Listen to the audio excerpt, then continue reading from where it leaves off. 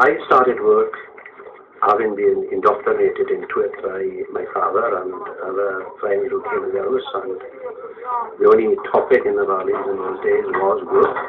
We'd accepted that mining was to be a way of life. That was the only thing that was open to us.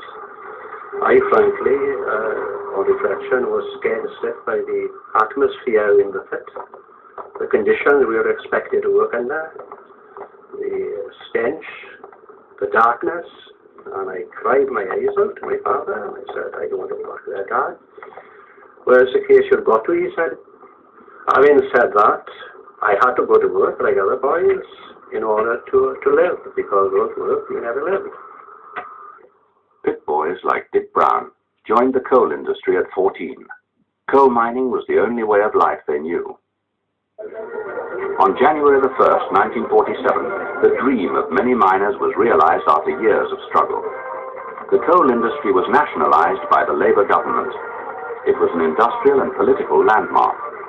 Capitalism was being rolled back. Miners hoped for better conditions and a new deal. Nationalisation of the mining industry, which had been advocated for years and years, at last it had arrived. Excuse me stopping it there for a minute, because I met this guy when I was a miner working underground in Canidra Colliery, and I got to say he was one hell of a nice chap. Okay? An extremely pompous speech from the rostrum, in my usual fashion, saying that everybody had to work a damn sight harder, and it wouldn't be a bed of roses, and so on. But if we all pulled together, full of good cliches, you know, which was politely clapped. And the miner's agent got up and said, "Comrades, this is the day we have waited for, have fought for 50 years," and was cheered to the echo. When the 50-year struggle began, coal burnt in every hearth and grate in the country. Coal was the staple fuel for the steelworks and mills that made Britain's industrial strength. Coal powered the railways and the gasworks.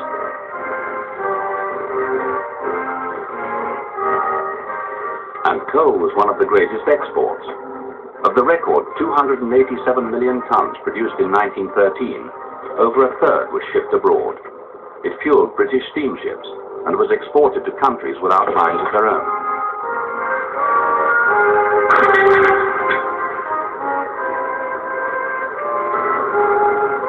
Before the First War, coal was such a big business that 1 in 10 of the male working population was in the mines, over 1 million men.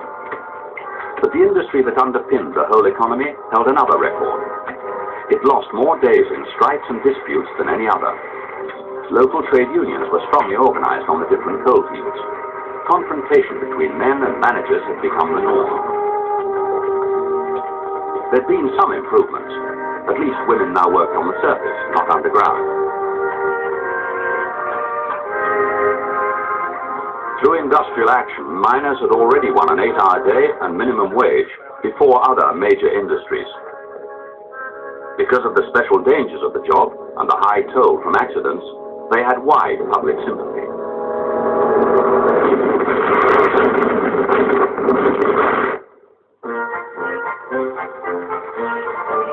The First War gave miners a chance to escape their underground workplace. There was no shortage of recruits, but coal supplies were crucial to the war effort, and miners were more useful in the pits than in the trenches. Even in wartime, labor disputes simmered on. They were still the main feature of the industry, as miners and owners faced a post-war world which would bring drastic changes in the demand for coal. The coal fields they worked in were scattered from the lowlands of Scotland, through Northumberland, Durham, Yorkshire and the Midlands to South Wales. Their conditions were different, and they produced different types of coal: steam coal, coking coal, house coal, anthracite.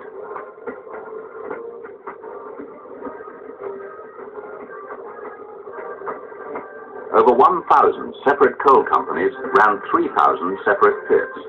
They ranged from small family businesses to large public companies. Relations with the men differed widely.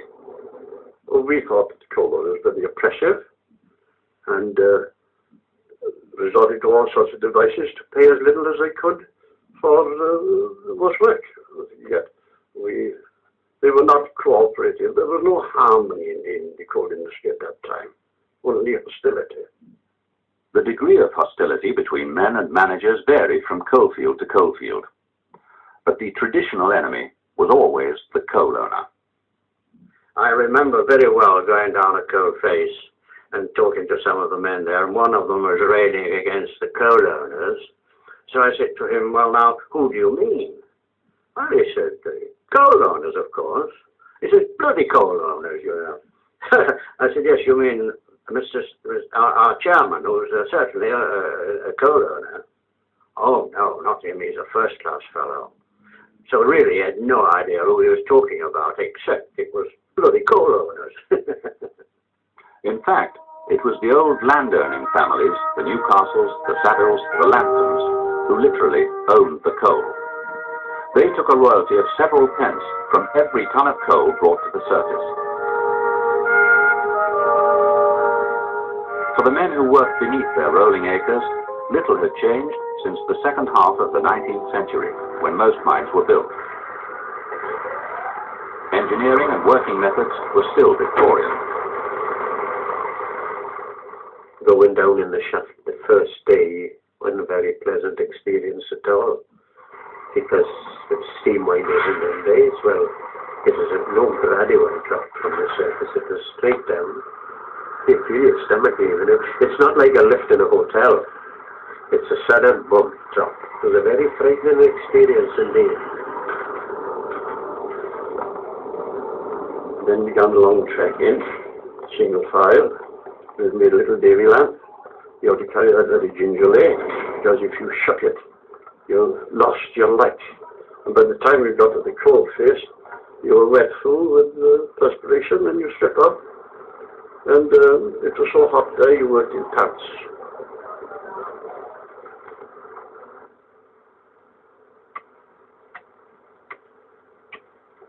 It was red hot. Your knickers were chafing you. You couldn't. The heat was so fantastic. You wouldn't realise like going in a baker's oven. Each man had a particular stint of coal to clear, which is roughly about 8 to 9 yards by 2 yards. You had 2 days to clear it. On that depended your wages, of course. The quicker you could clear it, the better money you had.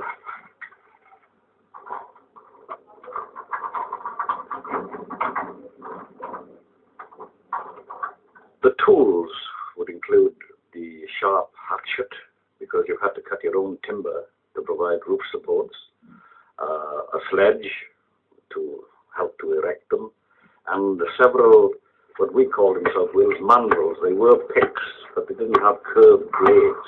They had straight blades and very sharp. And then there were shovels. You always had 2 shovels, and you had a box for carrying the coal in. So that is about 8 or 9 different kinds of, and a saw, and a sledge. So there was quite a number of tools you had to buy, which you had to pay for yourself. The ease with which coal could be got varied widely and could affect earnings. In some mines in the Midlands, seams were thick and men could work upright. In others, men worked on their knees. And in the thin 12 or 18-inch seams common in South Wales, they had to lie on their sides. You were all kind of stuck when you're working in that along seam. You're on your belly, and you were listening for every little creak and groan, every little dribble of small coal that might possibly fall. And then snap time, we call it. Right over the time for snap. 20 minutes. Well, back then, open your tin, your tummy box of sandwiches, and your tin of water. And you had 20 minutes to eat that. Sometimes you didn't have 20 minutes. Within a pit, there are no toilets. If you want to go to the toilet, you go to the side of the road. A lot of people are amazed at that. However pretty they make the top of the pit, they can't do nothing much on the ground. Ponies still provided the only motive power in the pits, apart from the muscles of men. They hauled coal from the face back to the shaft. Ponies cost money. Men were cheap. If you'd done anything wrong to Okay, I got to stop it there now because I'm only allowed about 11 minutes to put it on YouTube because I used to be a miner, okay? And I'm trying to do this documentary in parts and put it on in bits. And this is me, by the way. Here's my name there, Clive Worth, okay? If you Google me or look at the rest of my documentaries, rest of my videos on here, you'll see all about me, okay? Ponies still provided the only motive power in the pits, apart from the muscles of men. They hauled coal from the face back to the shaft. Ponies cost money. Men were cheating. If you'd done anything wrong to a pony, then you not only had the manager to contend with, you had the hostler as well. And it'd give you some stick if you went back to the stables with your pony sweating and lathered up. You'd know you'd been abusing the pony. Ponies shared the hazards too. Mining was the most dangerous industry of all. 1,100 men were killed each year, and every day 500 were injured. I don't know how it happened, but all of a sudden I felt something heavy coming down on my back and forcing me to the floor. Luckily, I landed on my knees. I can remember that now. I landed on my knees because my knees ached a bit afterwards, you know. But I was flat out and completely covered in blackness. Well, I said, oh God, no. I thought I'd been completely buried. Injuries from roof falls were part of the normal routine.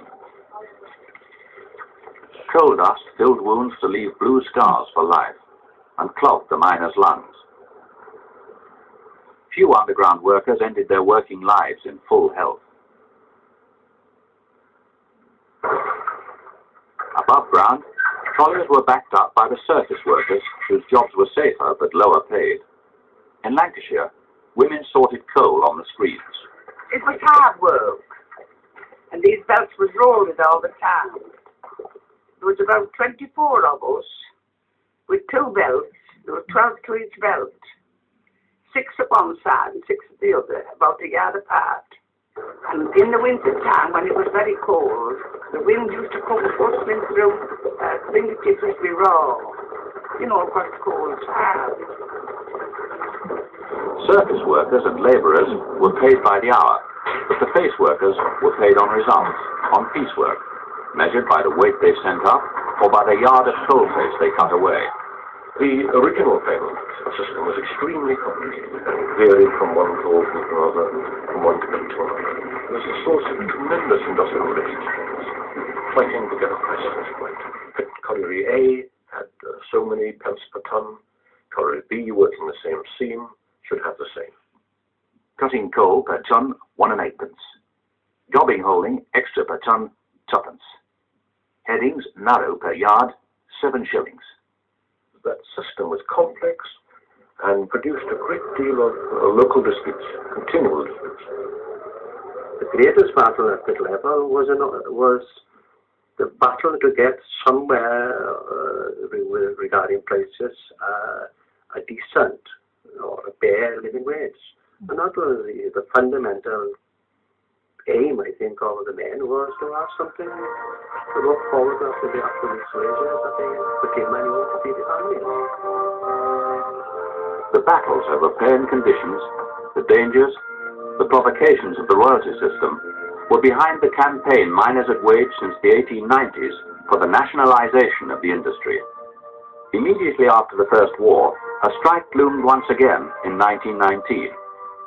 A royal commission under Lord Justice Sankey looked into the strife-torn industry. Though the inquiry split, a majority came out for nationalization. Sankey himself concluded the relationship between the masters and workers of the coalfields in the United Kingdom is, unfortunately, of such a character that it seems impossible to better it under the present system of ownership. The call for nationalization was rejected by the government, but the pressure on the embittered industry now increased. On the coal exchanges where coal was traded, prices fell as demand slackened in the post-war depression. The owners' response was to cut their men's wages, 70% of their costs. A long strike followed in 1921, but the miners were defeated and the wage cuts went through. In 1926, coal prices fell again. The government first gave, then withdrew a subsidy, and wages were cut once more. The miners' response led to the general strike. the situation had worsened, and the miners went on strike. They approached the Trade Union Congress General Council, who agreed that they would bring in some of the other unions to help. They formed an alliance. It was called the Triple Alliance, but it didn't work out at all. Because in fact the transfer workers, although they were sympathetic to the miners' claims, weren't prepared to come out and strike on their behalf. But eventually the TUC, Trade Union Congress, decided to take action. And they simply drifted into it without any preparation. The general strike collapsed after 9 days, but the coal fields were idle as the miners carried on alone. We were destitute. Tried to palm us off into the workhouses. And they won't have us in there because I can always remember them marching us to Basement Workhouse and giving us black pudding and half a loaf of bread and cleared us out.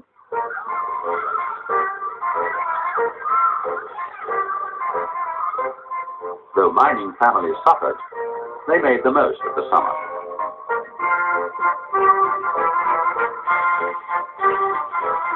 We enjoyed the strike as well, like, you know, it is, everybody was happy.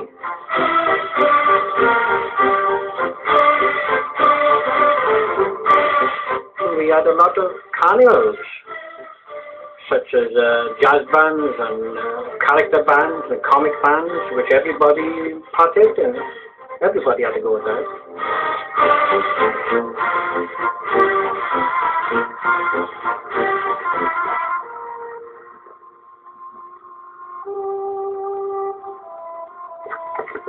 Very often in the morning we get up about 6 or 7 o'clock and we go up the tip and dig a few holes and get much little ribblings and one thing and another and fill a sack of cola and sell it to our friends who were working and had good jobs. So we sell it to them for about 9 pence or a shilling a bag. After 7 months, the miners were defeated. The whole industry had been further damaged. The coal owners went through an equally difficult time because the finances of the industry deteriorated to a large degree. In fact, some companies never survived the long period they were closed down, and the cost of reopening too. So that they had probably the worst period that has ever been experienced. When we went back to the pit, there was the manager stood there, come on you, and gang of lads that take them, they knew. And these that had been militant, they knew everything. You don't have to come, get off, nothing for you. Send for you when we want you. And this how it happened. And I know families that never did get back in the pit after 26 strike. It's traditional in the mining industry and the private ownership, but a bitter relationship existed between men and management, especially between the union and management. It was, of course, intensified as a result of the experiences of 1921 and 1926, because lower standards of living were having to be accepted by miners. The miners had returned to work longer hours for a lower wage. Their sacrifice meant labor costs had halved in 5 years. Despite this, the major export fields, Durham and South Wales, were no longer competitive abroad. Other countries had taken British markets during the strike with cheaper coal. At home, the idle industries of the Depression needed less coal, and mining saw the highest unemployment of all. There was thousands of work. There's demonstrations in the valley. There's one demonstration, there was 60,000 in a meeting. The first under march from the valleys was organized in 1927, and in that march I had an uncle living next door to one to us, and he took part in the march. He had a wife and 7 children, and he died on the march. He died of pneumonia.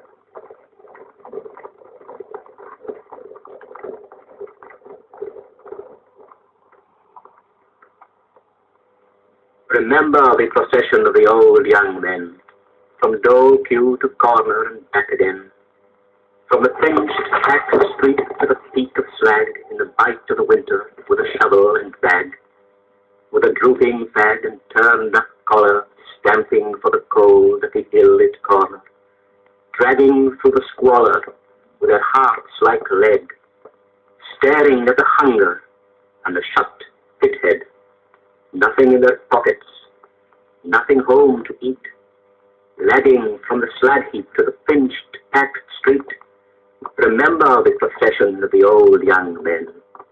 It shall never happen again. Lower wages had failed to pull the industry out of its decline. So the Okay, I'm only allowed about 10 minutes to put this on YouTube, okay? So I'm going to load this up now. And this is part 2, by the way. I've already done part 1. And this is me. I was a miner, and now I've got a book out, Internet Taking Conveyors. This is me on the cover of my book. And there's my name there, Clive Worth, okay? Google search me, and you'll see more about me. So the mine owners were repeatedly urged to change their methods and machinery. As with the other old industries, the way was thought to lie with rationalization into fewer and larger companies with money to spend on modernization. The Coal Mines Act of 1930 included a scheme to enforce amalgamation, but owners, stubbornly independent, resisted.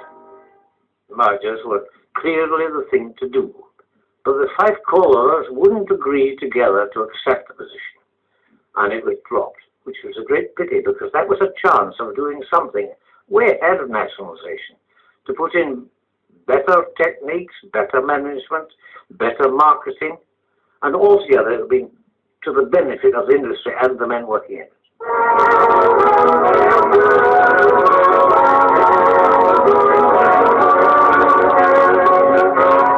The fragmented British industry was in sharp contrast to Germany, where great combines controlled mines that were more mechanized and more efficient. Germany's productivity, the output of coal for each man per shift, had risen over 80%, while Britain's had gone up only 10% since 1913. 104,7 Millionen Tonnen. 109,7 Millionen Tonnen. The contrast with the rest of Europe was just as great. Polish and German coal exports had risen in a period when Britain's had fallen by 45%. At the coal phase, well, they were not much in advance of us anywhere in the mines I visited. And so their overall productivity would be higher than ours, but I attribute that more to their efficient haulage and the transport facilities in the mines, rather than better productivity at the coal phase. They work what they call the horizon system of mining, where level roadways were used, and therefore locomotive haulage was almost general in Germany. The fact that nationalization was always threatening, people didn't want to invest money because they didn't believe that under nationalization they'd ever get it back. And it was only the companies who were making a reasonable profit who felt that the duty was to set aside some of that and spend it on new equipment.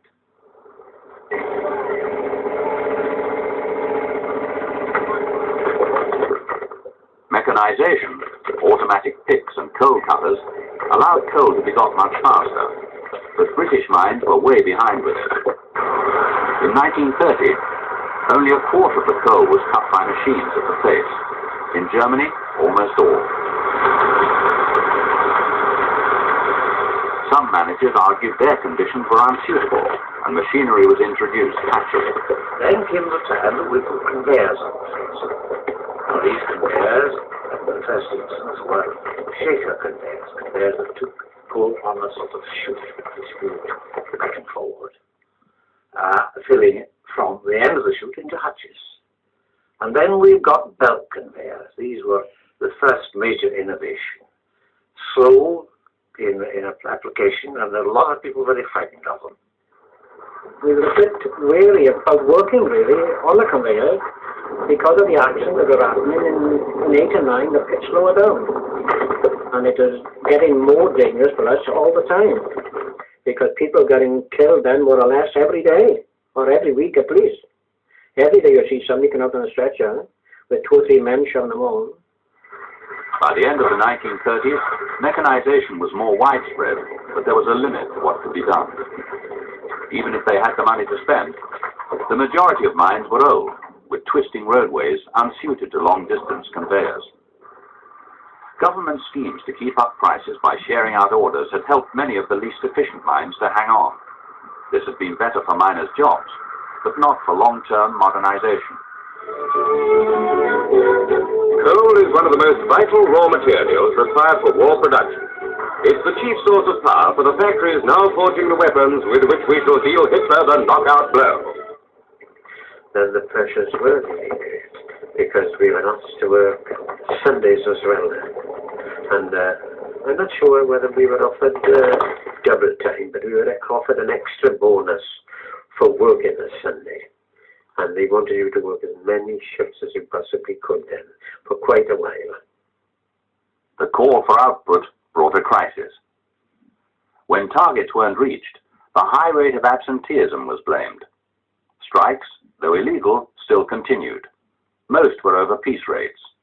For a special drive in Old Durham pit for 1 week. To try and smooth these problems, pit committees were set up at each mine. Well, what about it? Well, Mr. Chairman, what I want to say is this. All of us here in this pit, and all over Durham too, and in every pit all over the country, we're going to do our best. We're going to see if we get that target. Aye, Tom, that's right. But I was trying to get the target, but I think... No good at all just asking the chaps to slug harder. They'll do it all right, we all know that. They'll work like hell for the target. The pit production committee in Montreal was formed, and pledged ourselves to it everything in our power to produce all the coal we could, to eliminate as many strikes as we could, because as miners we felt that the biggest enemy was fascism.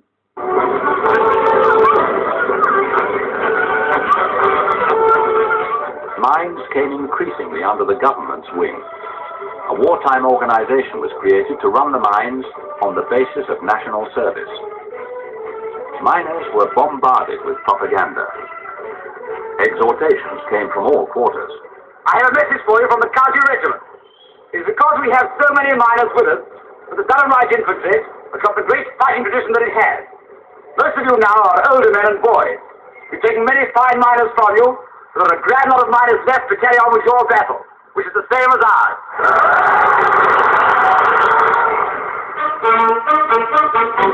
Help for the coal mines is now coming forward in the shape of Mr. Bevan's Banner Tees. Many would naturally have preferred one of the fighting services, but the majority have taken it well, and they find conditions better than they expected. Good Joe, steel toe. Don't be frightened of any dubbing then. Yeah. What size is your hat? 7 1/4, sir. 7 1/4. Preliminaries are much the same as if they were joining the army. A miner's helmet is quite as honorable and necessary as a soldier's tin hat. As they come up from the mine after their first spell down below, they've already assumed the appearance of old hats. These boys, drawn from all classes of the community, present a wide variety of types. They tell me you're a public school boy. It'll be a bit of a change for you going in the mine, won't it? Yes, it will, but I feel as though it's a necessity that someone's got to do the job, and so I think I'm doing my part in helping. The old-fashioned layout and equipment had held back production most of all. And in 1944, a full inquiry into the state of the mines was chaired by Sir Charles Reed. The Reed report was a damning indictment of the pre-war industry and its failure to invest. In Britain, there's been a lack of cooperation between the mine workers and employers. The employers have been prepared neither to accept the principle of the survival of the fittest, nor fully to abandon their traditional individualism. The short view has too often prevailed. It may have given some ammunition to the Labour Party to nationalise the mining industry, but that was a very hot potato before my father's report was even published. On the other hand, the fact is that if someone hasn't courage to try and get the advancement this country needed in techniques of coal mining, we were going to lose the place, because other countries were doing a good deal more in some cases than we were. With the Labour victory, nationalisation of the mines was bound to happen. It seemed the only way of ending the industrial relations troubles and had been party policy for years. The Labour Party's great victory shows that the country is ready for a new policy. Well, we then informed the government, the party government, sent for me, and he said, I want you to nationalise the mines and seat in the cabinet. If there had been no seat in the cabinet, I would have refused it once. But anyway, there's a seat in the cabinet. So I said, all right. He gave me no instructions about it. Many Sinwell before nationalisation came round and saw the coal mines. And I was, when I came to see the Scottish coal miner, I was there. And he came into the room and he amazed me by saying, I am the executioner. I was rather surprised at that because it wasn't a means of getting assistance. And I should like to begin with to pay a humble tribute to the pioneers in the labour and trade union movement who were inspired with the idea of nationalisation long years ago. And I remember. Okay, I'll stop it there now because I'm only allowed around 10 minutes of filming on YouTube. I'll just show you who I am. I used to be a miner working underground, and this is my book now, Internet 18 Kings Diary. There's me on the cover with my tiger bed that's been in most of my documentaries, and there's my name, Clive Worth. Google search it and you'll see all about me. Okay? And I remember from the cabinet there, Annie Bevan, Cripps, Dalton, Nye Bevan, and a number of others, looking as doleful as could be, as if we had committed some crime. Instead of nationalising the mines, they weren't particularly interested. They probably thought they never was going to work. Though nationalisation is, of course, a long-term policy, January the 1st, 1947 was undoubtedly the day the miners had been waiting for. Along came the great day. They brought us the flag and we had this little bit of ceremony. And I said, righto, this was yours. But next day, we'd still got the same boss, the still conditions. I think some of us expected, a lot to happen in a short period, but it didn't. It was a good contract. The flag was hauled up, the NCP flag, and he said, this is your colliery. Now then, that was the end of it all, because nothing was further from the truth, nothing changed. They really expected that the pits were theirs. Indeed, one friend of mine in the union said to me, well, we'd like you to work for us. There may be some difficulties, but you can be sure we'll want you to work for us. For us, the union. The old protagonists sat side by side on the new board. Cooperation seemed possible at last. Under the chairmanship of Lord Hindley, the board includes men of many professions and backgrounds, scientists, mine managers, and ex-owners. Their job is to reorganize the industry for its new owners, the British people. The National Coal Board was a giant enterprise. It took in over 800 companies, 1,500 pits, 750,000 men. But reorganization wasn't the immediate task. First, they had to provide more coal in the severe post-war shortage. The freeze-up which stopped the country in the winter of 1947 made things more desperate still. Demand far exceeded the supply in those early days. We were exhorted to expand, invest more, produce more coal. So that was the remit I had as a career manager. I must admit I didn't care very much what quality the coal was, as long as it was black and there was enough of it. We got it into the wagons and got away with it.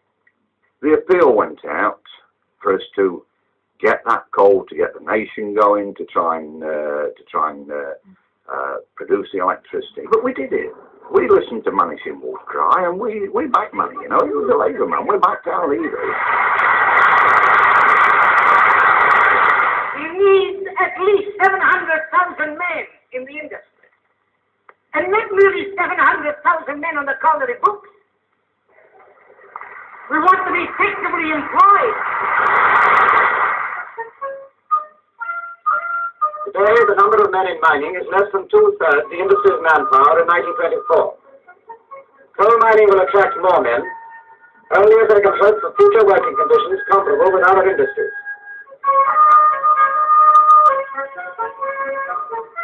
Pithead bars were already to be found before nationalization in about half Britain's mines. Now the rest must be equipped. There must be transport to take miners back to modern homes. For a few years yet, many miners will have to live in the shadow of the mine pit. But improvements are on the way. New houses are being built.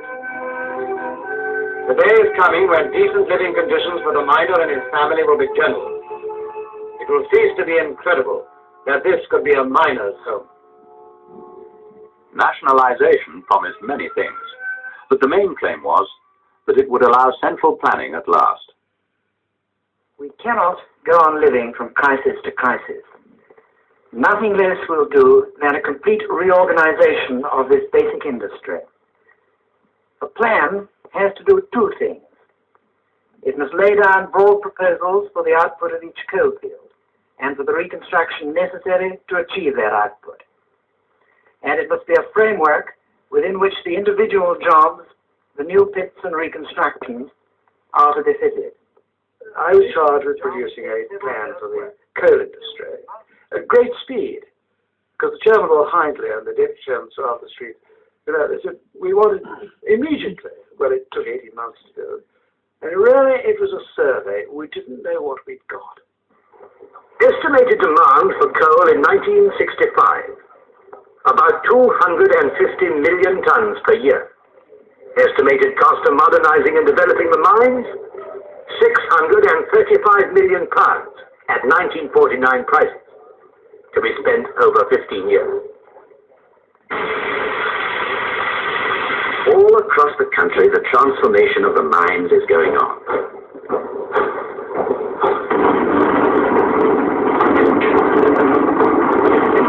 Far down beneath the fields and factories, scenes like these are common now. New tunnels being driven, new tracks and sidings laid, new seams prepared for working. Side by side with the program of reconstruction goes the improvement of means for getting coal at the face. Here, for instance, is a coal-getting machine that works like a plough, shearing the coal away from the face tons at a time. We suddenly had enough capital to do the thing which we needed to do. It should have been done many years before. And although we made many mistakes, it was a splendid period. We mechanized everything. Everything we could lay our hands on. And we had very full cooperation from the unions on it too, incidentally. With funds borrowed from the Treasury, there began a massive spending spree. Every mine with coal to offer was kept open. In old mines and new, they poured in machinery.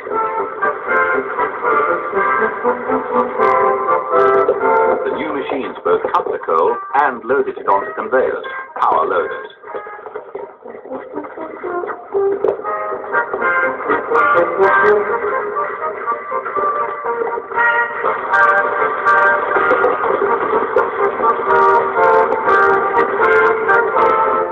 Remember the first power loading phase coming into work in 1956. We as officials of the pit knew nothing at all about power loading. The men knew nothing at all about power loading. We introduced it on this one particular pace, and we had phenomenal results. Probably the biggest innovation of all was the removal of timber from a coal face for support or rigid steel props and the introduction of hydraulics. And then as the years went on, more complex pieces of equipment, a bank of 4 or 6 props in one bag. Tremendous strides were made in roof supports. The first thing that made us more money was the hydraulic prop. Instead of having to be a contortionist to set a setting to hold your roof up, you've got a hydraulic prop that you pump up in a matter of 30 seconds. You set 7 seconds shift, so you can save, give me an extra hour, get more coal. For the managers, there was little need to be cost-conscious. You'd have a manager report on the success of a machine, and you'd have the group manager turn around and say, I've actually seen this happening in my manager's office. And you'd have him turn around and look at the figures for it, and he'd turn around and say, I'll order 2 of these, or I'll order 3 of this, not knowing what the cost was going to be, but this was the attitude of it. And they would say, right, this will reduce the ripping. The amount of ripping, man required for ripping. I'll order 5 of those machines. You know, it's a good job they weren't spending their own money. The new machinery also increased dust levels and the danger of pneumoconiosis. To reduce dust, water was sprayed. A coal board film stressed its importance. Have you not got no more bloody bread to run this machine without water? We can't afford to stop machines for a drop of bloody water. I can't get water through a busted pipe. Hey, what are you playing at? Cooking without water. I've told you about it. You know, I'm always under behind. It's your bloody water won't it catch it up. Now look here, I've told you times many, we're not going to cook without water on. I think best thing we can do is get up there and help that fish and let's get job moving again, man. Come on, let's get it moving. Fed up at this time. The new cutters meant men could earn more, but as always, there was a conflict between output and safety. They got me to make a tape on dust, and they went, oh no, got dust. I couldn't breathe. And he said, what about your love life? Then they, well, not too good these days. Then it went like that, which they took that all round this area. And they got water on all these machines to kill the dust. So the coal board, they really went to town on safety. The scale of reconstruction rose in the mid-50s. To meet a demand for coal they'd forecast would reach 250 million tons a year by 1960. Despite all the investment, productivity was increasing only slowly. The coal board was criticized for overspending and for an overstaffed bureaucracy. One of the things about working for the National Coal Board is that you have a sense of humor. And on this particular day, near the end of July, we received a teleprint in each division from London saying, please note, in the instant economy, two of the three main doors of Hobart House will be closed as from the 1st of August. Please acknowledge. Well, I got this teleprint. I thought it was a stupid thing to have to acknowledge it. And I wrote back and said, received your teleprint. Have you gone far enough? There was only one more door to close. I guess some of the criticism. Right, okay, I'm only allowed about 3 minutes, 10 minutes to put this on YouTube. I'm also on ex-miner now, and this is why I'm filming this for you all, okay? The bureaucracy was justified. It took a hell of a lot of organization to put together over 800 colliery companies into one big show, and inevitably, we had too much bureaucracy. And the board's high estimates of future demand proved totally incorrect. The great expansion plans were still rolling on when the customers the coal was intended for began to desert. Demand was changing fast. Tilbury Power Station is among several that have gone over to oil burning, which was government policy at the time of coal shortage. On its conveyors no longer flows the 26,000 tons of coal once burnt every week. The merits of oil speak for themselves. It's clean, needs less labor to handle. Many other branches of industry have gone over to oil burning. No one had reckoned that oil would be so cheap or would take over so quickly. Not long ago, men in the re-equipped mechanized pits were being urged to increase output and told that Great Britain needed every ton that could be mined. That this generation would ever have a surplus of coal seemed inconceivable. It, of course, created a real problem, particularly for those of us on the marketing side, which I was on. We previously not sold coal, we distributed it. We had to be transformed overnight into aggressive salesmen. A new chairman, Lord Robens, put a brave face on things. Well, I'm supremely confident about the future of the coal industry. I'm perfectly satisfied that we can produce the coal that the nation needs. We can provide security of employment for everybody that's in the industry, and we can make it. Excuse me stopping it for a minute there, but I was working in Conveyors, I think around 1967, 68, when Lord Robins came to Conveyors Colliery. I didn't actually meet him, but I remember him coming there at that time, okay? Pay its way. But in 1960, they didn't sell the 250 million tons they'd geared up for, but 196 million tons. The stockpiles were testament to a collapse faster even than that of the 30s. The mountains of Bourne, of course, was the 31 million tons of coal lying on the ground, unsold, with no possibility, or the appearance of having no possibility of selling those mountains of coal, because oil at that time was $2 a barrel, and coal could not be raised anywhere to compete with that oil price. Oil had once been twice the cost of coal. Now it was cheap and plentiful. At first, the government tried to protect the mining industry by putting a duty on fuel oil. And the electricity boards were asked to keep burning coal. The size of the coal industry was determined by the Central Electricity Generating Board. And every time they built a 2,000 megawatt oil-fired station, they robbed the coal board of 5 million tons of coal sales. And this really was it. If in point of fact the government had looked and had at the totality of the energy market, seen the problems associated with closing mines and the social conditions that flowed from it, because you virtually closed down a whole village. 400 pits were shut down in the 1960s. Craighead, County Durham, was one. The board's proposals are firmly as follows: that the colliery should be closed on Friday, the 11th of April. That is your final answer? That is the final decision. Well, if that's the final answer, I think we're more or less going to accept it. We were making an attempt and would have very much liked to make the attempt for the Cape of Pit going because of the high unemployment rate in this particular part of the country. You always think on a Monday morning, oh, I wish this pit was closed, sick of it, especially if you've been on the hill on the Sunday night. Then, you say to yourself, oh, they could close it. They could not close this pit. They can't close this pit. When I accepted was when I went to get my lamp to go down the pit and to find a piece of paper on your lamp saying that your employment was required no longer. And you turn around and you look at this pit and say, well, this is it. It's finished. I'll not be able to come back here. It leaves you cold. There wouldn't be 100 people in that village that didn't work the pits. It's Craighead. It was just a proper mining village. It's gone. The whole community is gone. I felt that the push for closure of pits died too quickly. That we should have carried on closing pits while we had the goodwill and while the need was there. Because we had alternative employment and new work was coming into Durham at the same time, and that was a godsend.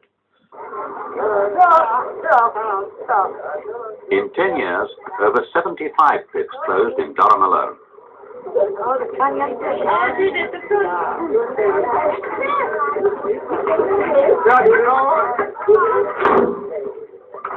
Many miners and their families transferred south to new jobs and housing arranged by the Coal Board in Yorkshire and the Midlands. Modern pits like Kellingley offered a long-term future.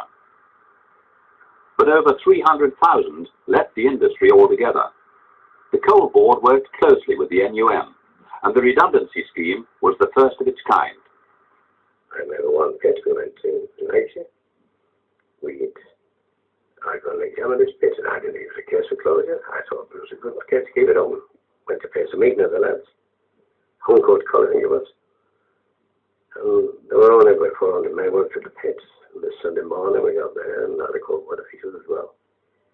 Put in this case to them. To keep it open and try to keep it open.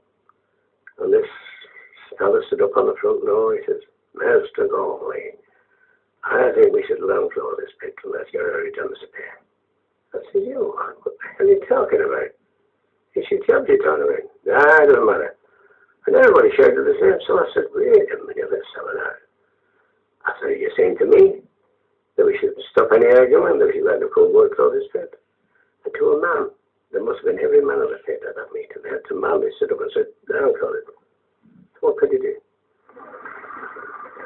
Miners began to protest more strongly as closure followed closure at the rate of one a week. Most of them were in the old coal fields of South Wales and Durham. You referred a year ago to Deacon Guru. I don't want to raise any hopes about it, but it is not yet possible to take a decision. After 1964, the new Labour government continued the rundown.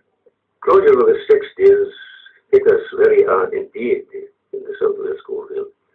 And we couldn't reconcile ourselves to it, why it was being done. The Labour government under Harold Wilson was responsible for this, in my opinion. While naturally you're going to get pits closing that are running out of reserves, but that certainly could not be the case as far as the Ronda was concerned. They closed the majority of the pits of the Ronda, despite the fact that there was a great deal of coal left there. We looked upon this as being butchery. We felt that there was a mistaken long-term policy. We couldn't argue about the current situation. It was there for all to see. But underlying that, and looking into the future, we felt that there was a much better prospect for coal.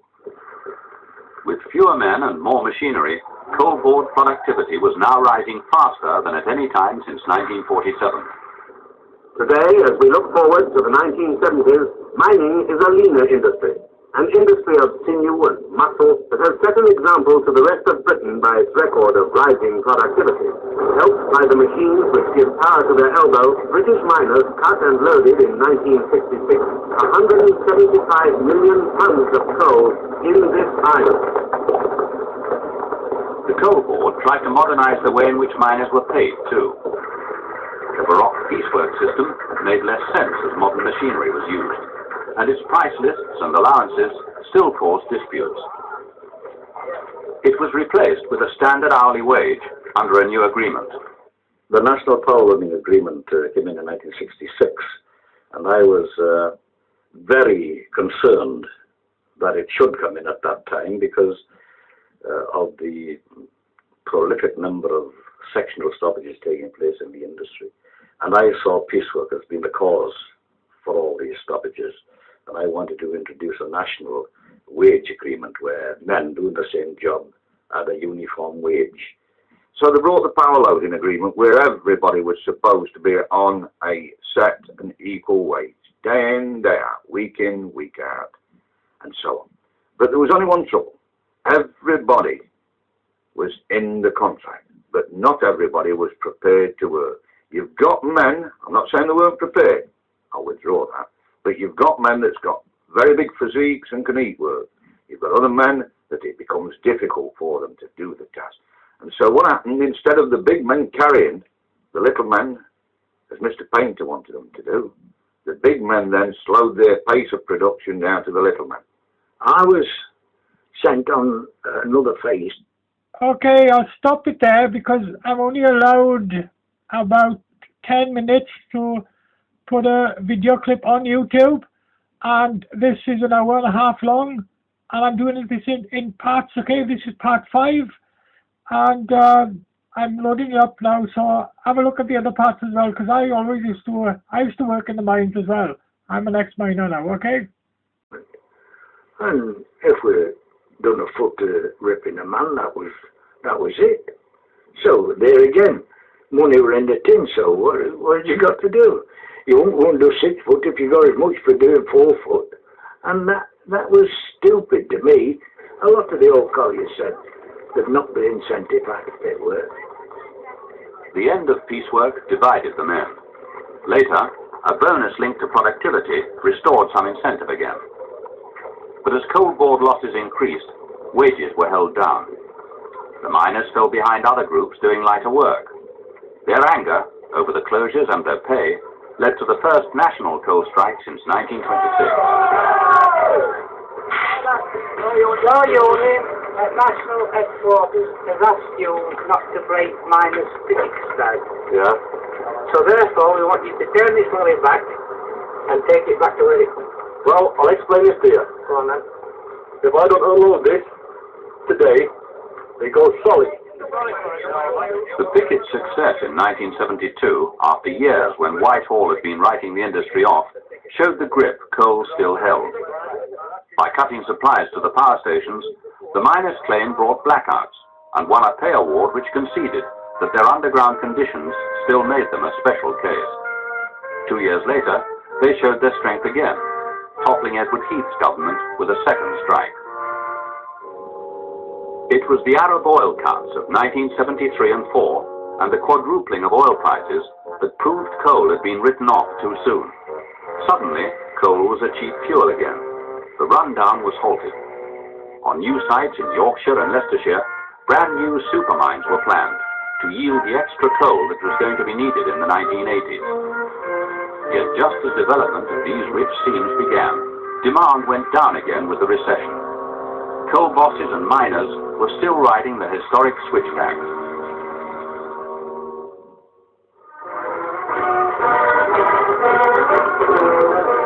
Nearly 40 years ago, Durham miners celebrated nationalization. No one then could have expected demand for coal to change as it did. They were full of hope. I want this great scheme of nationalization to succeed triumphantly. The whole country is watching to see how this great new organization, this new adventure, this new experiment comes out. The great experiment of socialism in a democracy depends on you.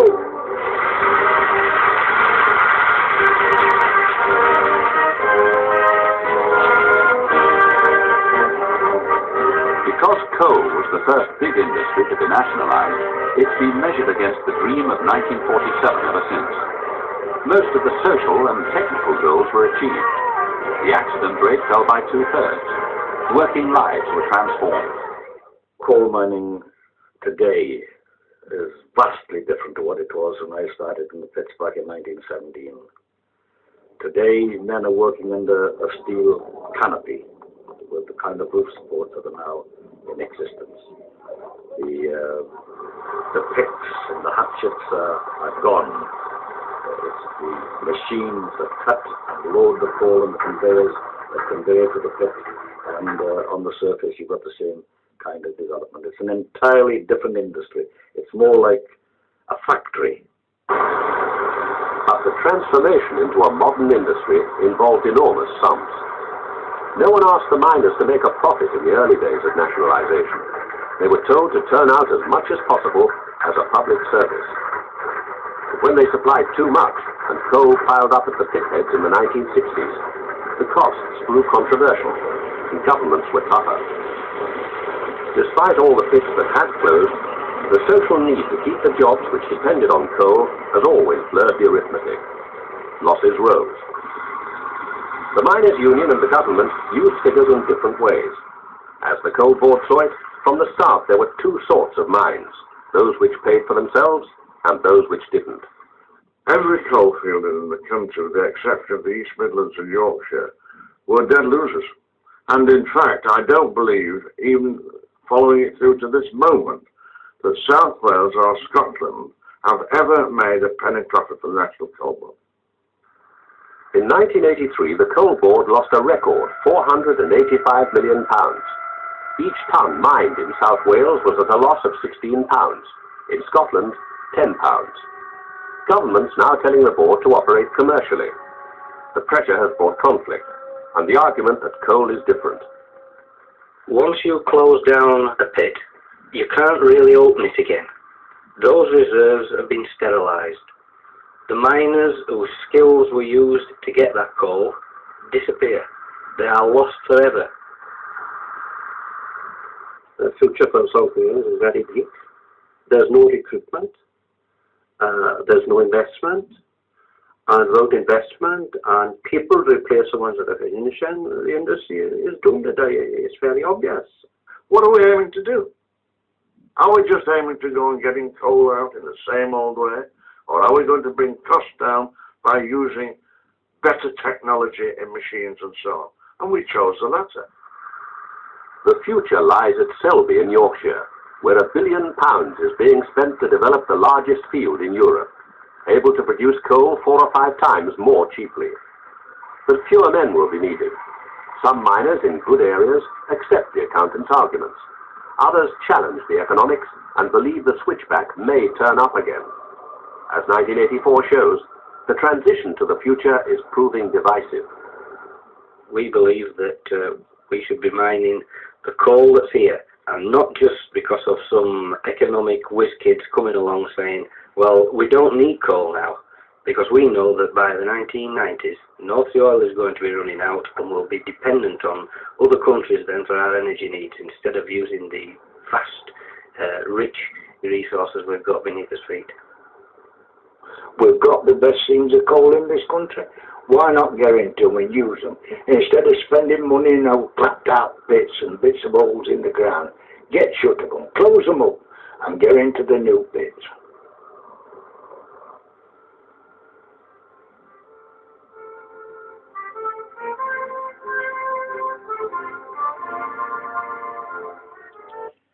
Okay, I've loaded this documentary up in 6 parts, okay? This is now part 6.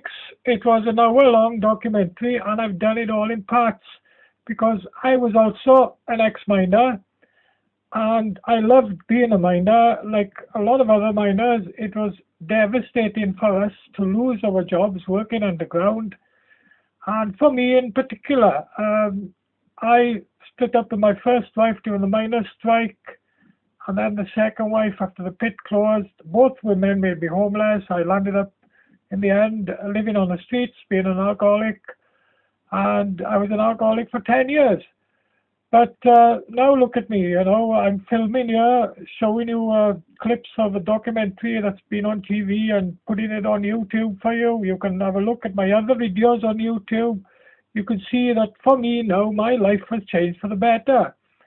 And I always tell my kids this, that what seems a bad thing at the time can turn out to be a good thing for you later on. Because even though for me it was a disaster, both my ex-wives left me because as the miners used to say then to me, I remember going back to work after the miners' strike. I was working underground at the time, and the miners used to say, if there's no money coming in through the door, the love will go to the window. And I found that out twice. So if you look at the rest of my video, you'll see now I'm popular all over the world for my internet dating. Yes, all over the world. And if you Google me, I'll show you this now quick before I run out of filming. These are my world fames. This is my second book, Internet Dating King's Diaries. And there's my tiger bed that's been in all my documentaries, and I'm on the TV again Saturday coming, okay? And this is my name, Clive Worth. If you Google me, Clive Worth, you'll see all my stories. Yeah, you can see the big change in my life now, and these are my media stories. Oh, there's so many here. I've been in most papers and magazines all over the world, okay? And there's so many here. But like I say, you can see my videos on YouTube, and you can see my photos on Flickr, Yahoo, okay? Go into Flickr, Yahoo, put Clive Worth in, you'll see my photos there. Yeah, anyway, I've finished filming all the clips now for this documentary, and I hope you'll watch them all, because to me, it was something I'll never forget anyway, and it was the best experience in my life working underground with the miners. And now, of course, I dream about those days. And let's hope that they do open the pits up again for the young people today to have the experiences I had and a lot of other miners. You know, it's what they need, really. It'll give them more jobs. And to me, the sooner they bring back coal, the better. Okay?